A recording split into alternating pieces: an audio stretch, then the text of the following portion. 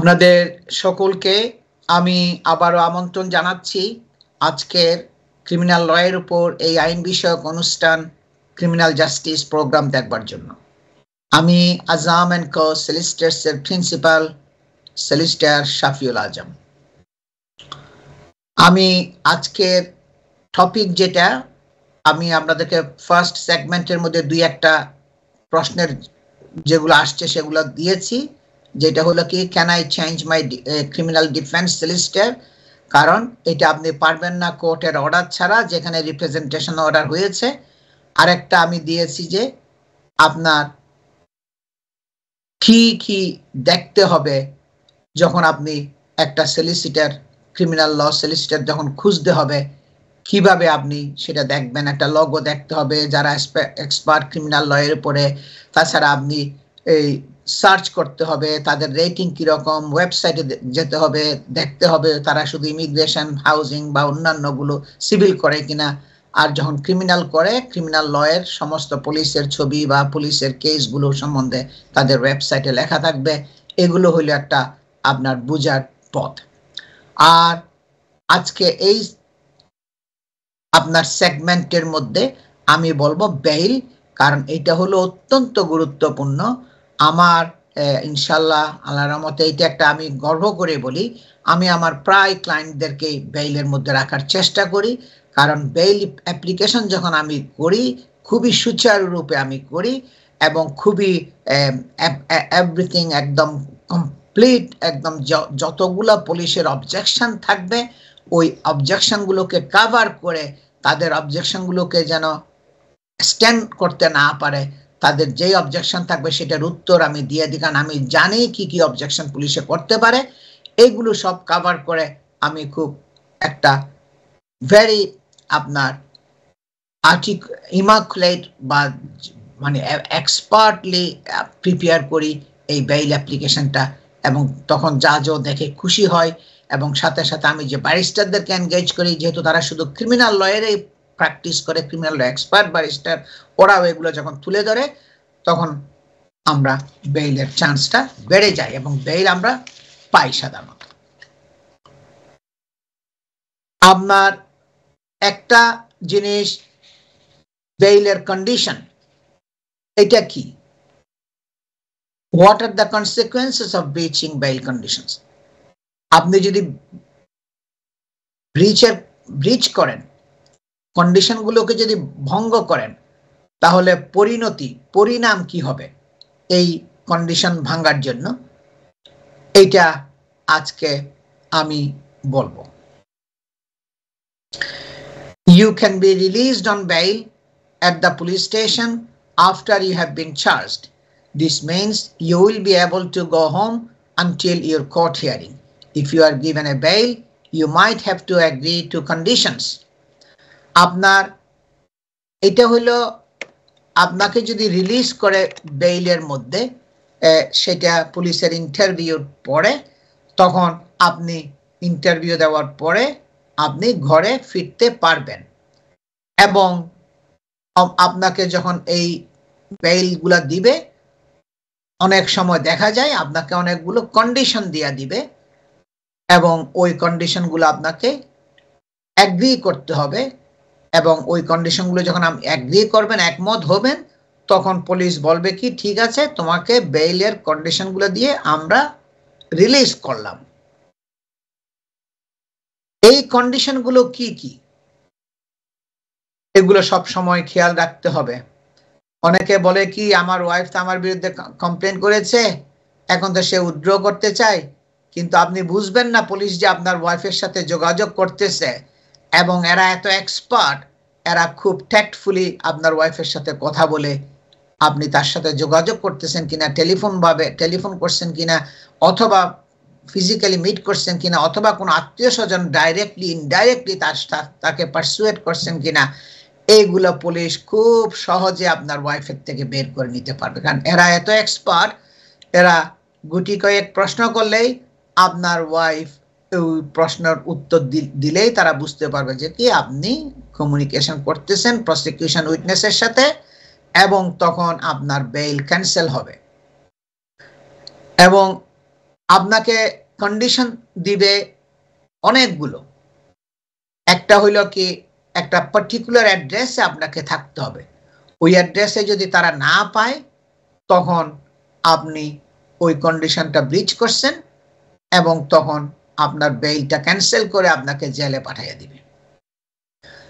Not contacting certain people, পুলিশের যে উইটনেসরা আছে, কমপ্লেইনেন্ট যে আছে, অথবা অন্যান্য উইটনেস যারা আছে, তাদের সাথে আপনি কন্ট্যাক্ট করতে পারবেন না। নিজে ডাইরেক্টলি কন্ট্যাক্ট করতে পারবেন না, ফোনেও কন্ট্যাক্ট করতে পারবেন না, ইনডাইরেক্টলি কোনো আত্মীয় স্বজন বন্ধু বান্ধবের মাধ্যমে আপনি করতে পারবেন না। যদি করেন তখন আপনার বেইল ক্যান্সেল হয়ে যাবে। Giving your passport to the police so you can't leave the UK, বলতে পারে তোমাকে ছাড়বো কিন্তু পাসপোর্ট জমা দিতে হবে, এটা একটা condition. Reporting to a police station at agreed times once a week, হয়তো বলতে পারে যে তোমাকে ছাড়বো, বেইল দিব, সপ্তাহে একবার বা দুইবার করে এই পুলিশ স্টেশনের মধ্যে এই টাইমের মধ্যে তোমাকে আসতে হবে, রিপোর্ট করতে হবে, সাইন করতে হবে যে you are in the country, you have not left the country. এইগুলা কয়েকটা কন্ডিশন আমি শুধু বুঝার জন্য বললাম।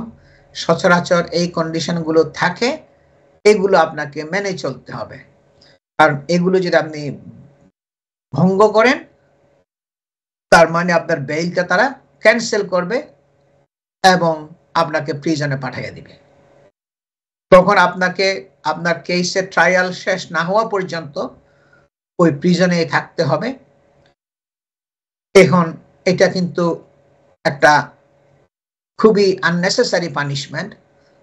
কারণ হলো কি, যখন আপনার ট্রায়াল হবে, হতে পারে আপনি খালাস হয়ে গেছেন, আপনি নির্দোষ, আপনি দোষী না, কিন্তু আপনি এই যে আপনার কেসটা শেষ হওয়া পর্যন্ত যেহেতু আপনি বেইলের কন্ডিশনগুলো ব্রিচ করছেন, যার জন্য আপনাকে যে প্রিজনে থাকতে হলো ট্রায়াল পর্যন্ত 4 মাস বা 5 মাস বা 6 মাস বা বেশি, এইটা আপনি একটা পানিশমেন্ট আপনি পাইলেন শুধু বেইলের কন্ডিশনগুলো ব্রিচ করার জন্য, ভঙ্গ করার জন্য। সুতরাং এগুলো সবসময় খেয়াল রাখবেন, এগুলো সবসময় একদম ভেরি সিনসিয়ারলি এগুলো ফলো করবেন, এগুলো কোনো সময় ভঙ্গ করবেন না, কারণ এটার পরিণতি হলো কি আপনাকে জেলে পাঠিয়ে দিবে। এবং যদি আপনাকে ব্রিচের জন্য বেইল ক্যান্সেল করে, তখন আবার কোর্ট থেকে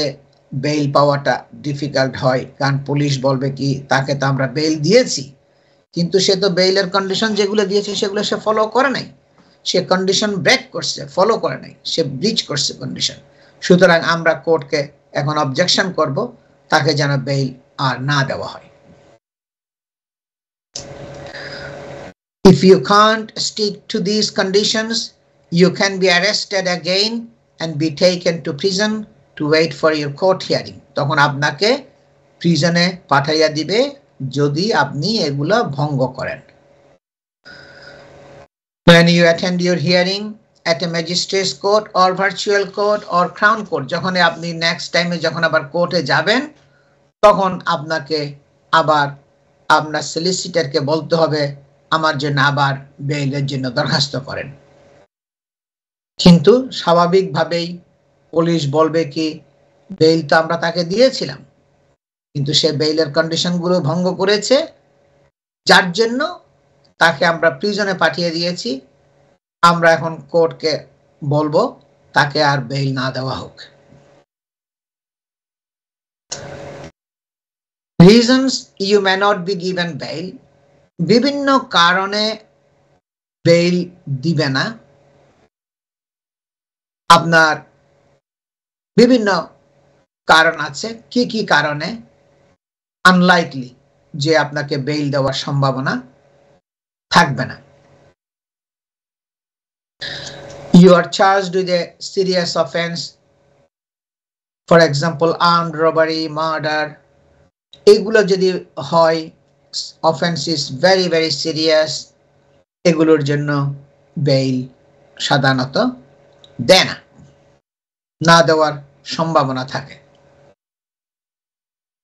You have been convicted of a serious crime in the past.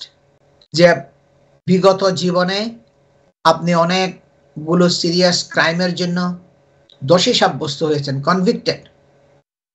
আপনার পাস্ট কনভিকশন হিস্ট্রি আছে, তখনও আপনাকে বেইলটা না দিতে পারে, না দেওয়ার সম্ভাবনা থাকে। You have been given bail in the past and not stuck to the terms. আপনাকে বেইল দিয়েছে পুলিশ, বিভিন্ন কন্ডিশনস দিয়েছে, বিভিন্ন টার্মস গুলো দিয়েছে, এই টার্মস এই কন্ডিশনস গুলো মেনে চলতে হবে, সেগুলো আপনি মেনে চলেন নাই, ব্রিচ করেছেন, তখন বেইল না হওয়ার সম্ভাবনা থাকবে আরেকবার পুনরায়। The police think you may not turn up for the hearing. এবং পুলিশ মনে করে কি আপনাকে যদি বেইলে ছাড়া হয় তাহলে আপনি কোর্টে হাজিরা দিবেন না, না হাজির হওয়ার সম্ভাবনা থাকবে, কারণ অফেন্সটা খুবই serious.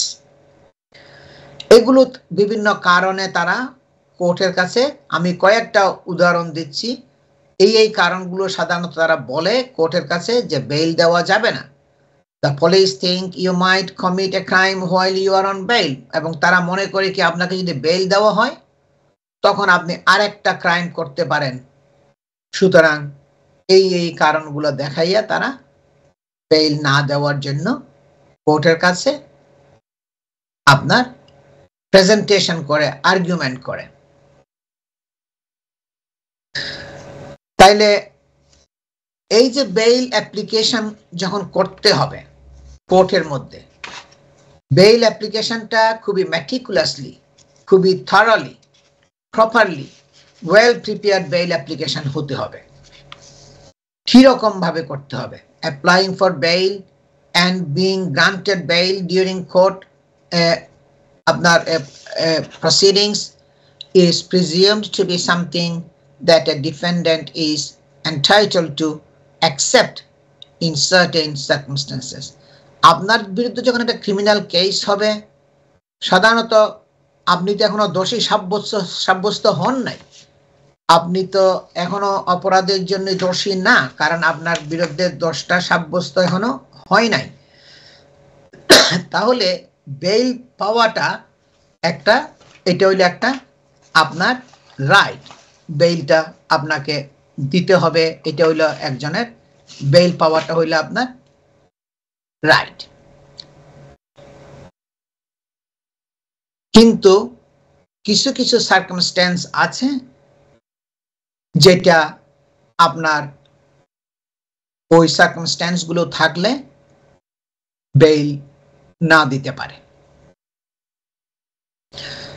The prosecution can only make an objection before a defendant is convicted if one or more of three conditions are met.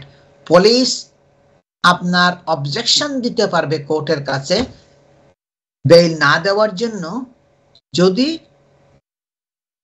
এই যে নিচে তিনটা কন্ডিশন আমি বলবো এখন, ওগুলো যদি থাকে তখন তারা বলতে পারবে যে তাকে বেইল না দেওয়া হোক, এটা তখন তারা বলতে পারবে কোর্টের কাছে।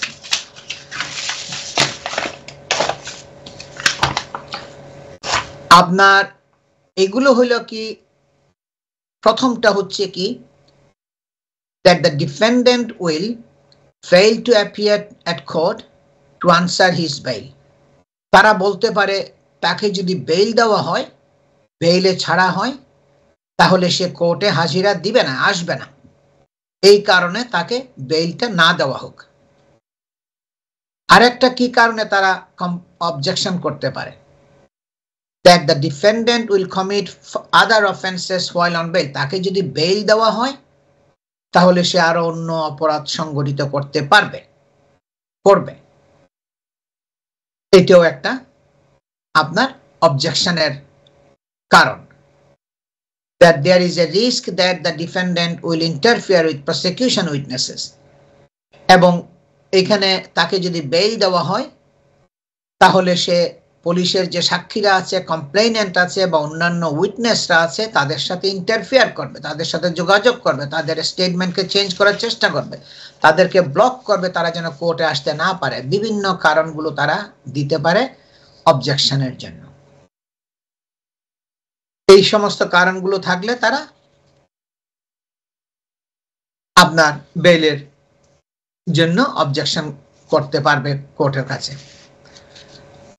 সে কোর্টের কাছে বলবে যে কি previous record of not appearing to answer bail, যে তার অতীত ইতিহাস আছে, তাকে বেইল দেওয়া হয়েছিল কিন্তু সে বেইলের জন্য সে অতীতে সময় মতো কোর্ট এসে হাজির হয় নাই, তাকে আপনার বেইল দেওয়া না হোক, কারণ সে অতীতে সেগুলো মেনটেন করে নাই কন্ডিশনগুলো এবং কোর্টে হাজিরা দেয় নাই।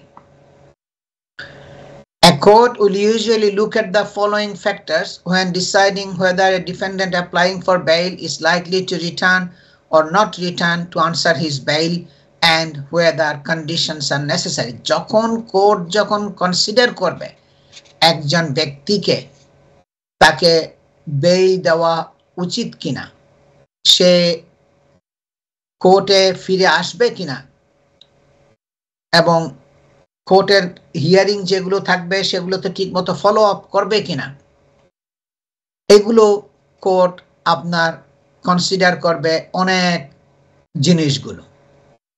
এমনি খালি বললে হবে না যে সে কোর্টে হাজিরা দিবে না, তাকে বেইল দিব না, কিন্তু কোর্ট আরো বিভিন্ন এভিডেন্স, বিভিন্ন ইস্যু, বিভিন্ন পয়েন্টসগুলো কনসিডার করবে আসলে সে কি কোর্টে হাজিরা দিতে ব্যর্থ হবে কিনা। এক নম্বর হলো কি previous record of not appearing to answer, তার অতীত ইতিহাস আছে যে তাকে বেইল দেওয়া হয়েছিল কিন্তু সে বেইলের জন্য হাজিরা দেয় নাই, এটা অতীত ইতিহাস আছে, সুতরাং তাকে বেইল না দেওয়া হোক। এইটা হইল একটা বড় আপনার প্রতিবন্ধকতা, যে তাকে অতীতে বেইল দেওয়া হয়েছিল কিন্তু সে রেকর্ড আছে সে কোর্টে ফিরে নাই, কন্ডিশনগুলো ব্রেক করছে। Evidence of previous bail offenses might show this, and this is information that will often be available on the previous convictions printout of the defendant that the court will have. যে তার যে previous conviction record যেটা আছে ওখানে দেখবে কোর্টে, ওইটা কোর্টের কাছে থাকবে কনভিকশন রেকর্ডগুলো, সেখানে যদি থাকে তার প্রিভিয়াসলি সে বেইলের জন্য কোর্টে হাজিরা দিতে ফেল করছে, তখন এটা তো একটা ডকুমেন্টেড রিজন আছে, তখন কোর্ট মনে করবে কি পুলিশ যখন বলবে তখন কোর্টে এটাকে পুলিশের এই আর্গুমেন্টটাকে, এই যুক্তিটাকে অ্যাকসেপ্ট করার সম্ভাবনা থাকবে এবং বেইল না গ্রান্ট করার সম্ভাবনা থাকবে। এবং if there is a bad bail attendance record, convincing explanations of what happened on those occasions and reasons why they are less significant than they are now have to be presented to the court. ওখানে বিভিন্ন record থাকে যে সে on many occasions সে ব্রিচ করছে বেইলের কন্ডিশনগুলো, তখন কোর্টের কাছে explain করতে হবে কেন সে ব্রিচ করেছে, কেন সে আপনার এই প্রবলেমগুলো হয়েছিল। একটা রিজনেবল যুক্তিসঙ্গত কারণ যদি ঠিকমতো আমি দিতে পারি কোর্টের কাছে, দেখো সে ওই দিন 10টা বাজে কোর্টে যাওয়ার কথা ছিল কিন্তু তার একটা ফ্যামিলিগত একটা অ্যাক্সিডেন্ট হয়ে গেছে যার জন্য সে ওই দিন যেতে পারে নাই, কিন্তু সে সাথে সাথে যখন এই সম্ভব ওই একটু দেরিতে হলেও সে গেছে অথবা ফোন করছে। এই এক্সপ্লেনেশনগুলো আপনাকে দিতে হবে কোর্টকে, এক্সপ্লেইন করলে যে আগে সে যেটা ব্রিচ করেছে তার একটা রিজনেবল আপনার কারণ আছে।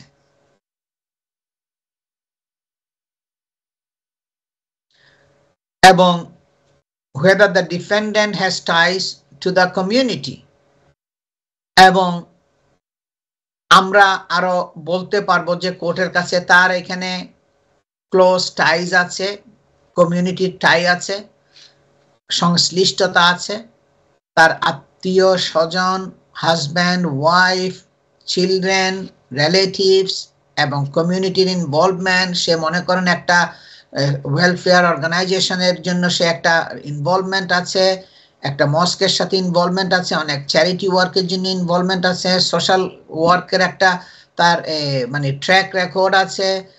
এগুলো যদি হয় তখন আমরা বলতে পারবো যে তার কমিউনিটি টাইটা এত স্ট্রং, সে এগুলো ত্যাগ করে দেশ ছাড়ার সম্ভাবনা নাই, সে দেশেই থাকবে।